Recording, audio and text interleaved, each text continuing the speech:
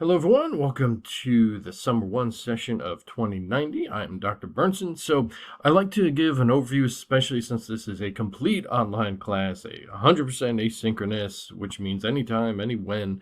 So, there's a lot of freedom, but there's also a lot of time that you'll have to dedicate since this is only a 5-week course. So I always like to do just a little introduction to show how I approach the teaching of online courses, and then of course all the specific logistics of the class and all the assignments and everything. So as you've already probably seen, if you're watching this video, I designed everything pretty much from a top-down approach in the online forum, which is Canvas. So if you are a transfer student, again, we use Canvas as our LMS. Again, syllabus here, quick reference always. Couple important aspects. Again, quick reference to the syllabus, course calendar, summer office hours, reading list, library resources, and then MLA format. Since this is an English class, regardless of your major, this is a Gen Ed English class, so therefore we must follow MLA format. That's the typical format that we use in our profession. So one of the objectives, especially since this is a WE course, which I'll get into in a moment, you'll have to follow the specific MLA guidelines. So if you're used to APA and ASA and all that, they are much easier, but again, we need to make sure that you have knowledge of the MLA style.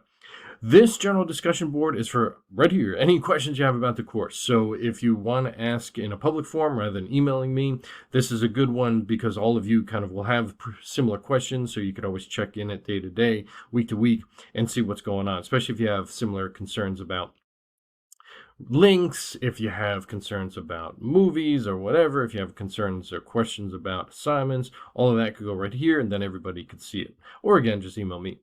So I divide everything pretty standard. We do weekly modules for these courses, and obviously everything is labeled week 1, week 2, week 3, week 4, week 5, and then small week, which is basically just the final exam, week 6. So we are in this class for hopefully a couple of reasons. One, you need a WE course. 2, you need a Gen Ed 2000 level English course. So that's why I always structure the courses with the WE requirements, so you get 2 requirements down at the same time. And then hopefully you like some kind of film and or literature. Most of the students in the past who take this course have some kind of interest in film, so it's a good kind of starting point if you're interested in studying film. Let me get this a little bit bigger for your screen here.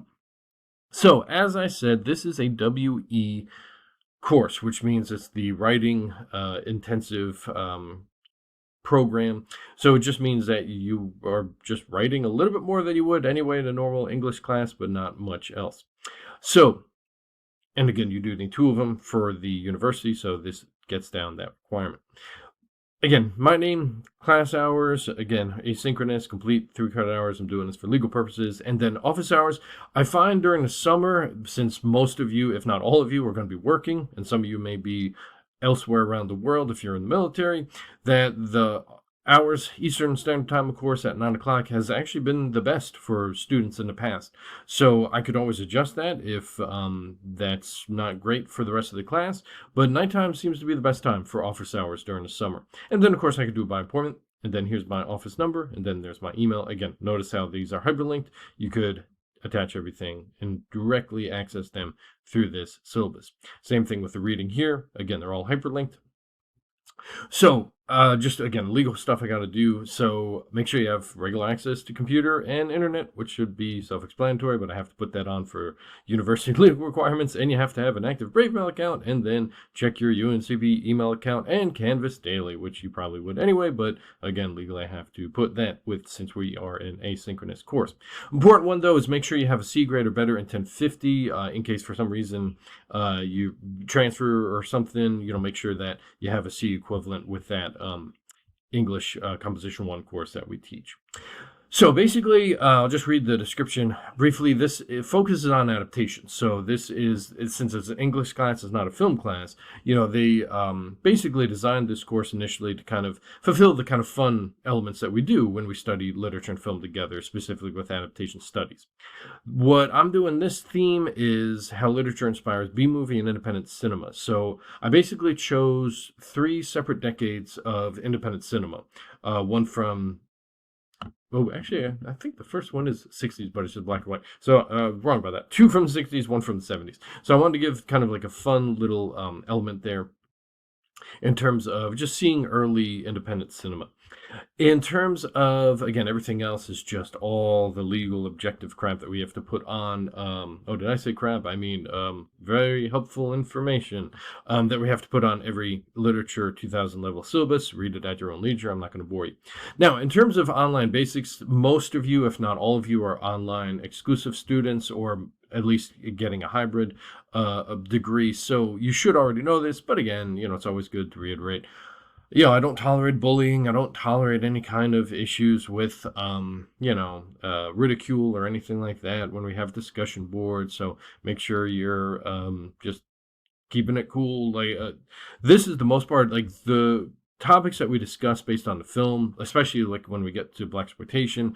There's a lot of issues with diversity and discrimination and police brutality and all sorts of issues that are very sensitive to people. So again, just make sure that when you are writing that you, again, this is a professional setting, make sure you are professional. That's pretty much what I ask here.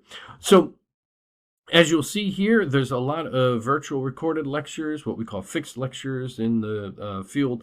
And I do that because there's a lot of research that shows why they're helpful. So you'll see when we go back to our little week modules that everything is, again, top, bottom, and there'll be assignments here. There are going to be recorded lectures and then a follow-up quiz and all sorts of things. So again, just make sure that you're following, a good weekly kind of schedule for you, right? Summer 1 sessions and summer 2 sessions are so quick. They're so rapid fire. They're very stressful for students. So I try to design it, again, where you have a good regiment day to day. I also have kind of what we call this bonus end of the week discussion about various topics that I bring up that we just don't have time to get to. So this is kind of an extra credit assignment here. So it gives you an extra 100 points for the week. But again, it's not have to. Everything else, though, is a must. But I do include a lot of supplemental materials. For example, with week 2, if you're interested, again, we're not going to go over the original Most Dangerous Game that came out in 1932, but it is linked if you're interested in watching. There's a Mystery Science Theater version. If you're not familiar with them, they just kind of make fun of movies. They're kind of a comedic commentary over the movies. And so Tubi has Bloodlust for free, so their version. So please enjoy if you're interested. And if you have heard, you probably have already seen the episode, but it is a great episode. And again, you see, like, week to week, there's the bonus one. There's supplemental materials. If you haven't seen the Simpsons parody, The Raven, it's kind of interesting. People talk about it a lot. So I try to kind of give a lot of different supplemental materials for you. As you'll see, make sure your discussion board settings are proper. So make sure that you get notifications when people, especially me, when I respond to you in discussion. Since we are dealing with Canvas, if you're new to the university, again, Canvas only accepts Word, open text, rich text, or PDFs. So Google documents don't really translate too well unless you convert them to Word. So just be careful with that. Again, it is summer, but please allow me at least 14 hours to respond to emails. Again, I have a life too, and it is summer, which means I'm having fun, as well as making money working. But again, I do a lot, so make sure that, again, if you haven't heard from me in a couple of hours, it's just because I'm probably doing something fun. So just be aware that if you're not, especially if you email me at like 2 a.m, I sleep. So again, just make sure that don't get anxious as much as you can. Just prepared that I will respond in at least 14 hours. So the major requirements are here. Each breakdown is pretty simple. Reading and lecture quizzes 20, homework 25, then the essays 15, 15, 20, and then final exam 5. Obviously, the final exam is open book, online books, so ebooks, so there. Since this is an asynchronous course, basically and again, the whole thing is you do it anytime, anywhen. So there's no like actual specific due dates that you get points off if you miss. It is completely asynchronous. It's designed specifically for you to go at your own pace. Some of you may go slow, some of you may go fast.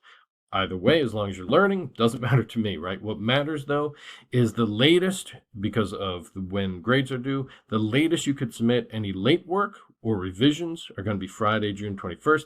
Everything in Canvas shuts down at exactly 11:59 p.m. on June 21st.